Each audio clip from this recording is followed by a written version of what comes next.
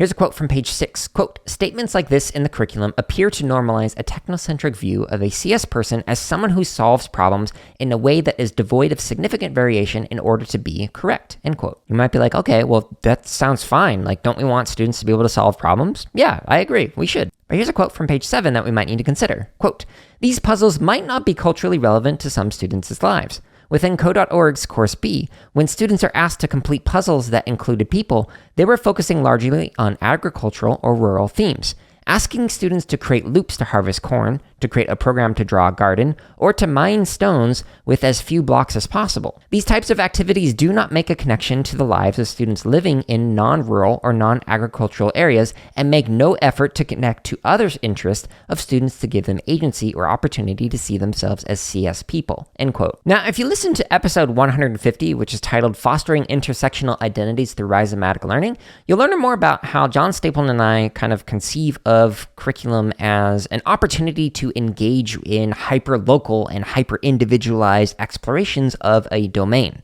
In this case, in computer science, rather than making it so that everybody is solving the same puzzle in the same way, what we encourage is creating projects or experiences or opportunities for expression that are individualized to each student. While some students might be interested in this like rural or agricultural content, other students might not. So we need to give students the opportunity to explore variegated interests. And if you want to learn more about that, again, check out episode 150, which I do link to in the show notes at jaredoleary.com. But I guess a main point from the authors might be that, okay, well, solving problems is not inherently a bad thing, but it's the kind of problems that are being solved.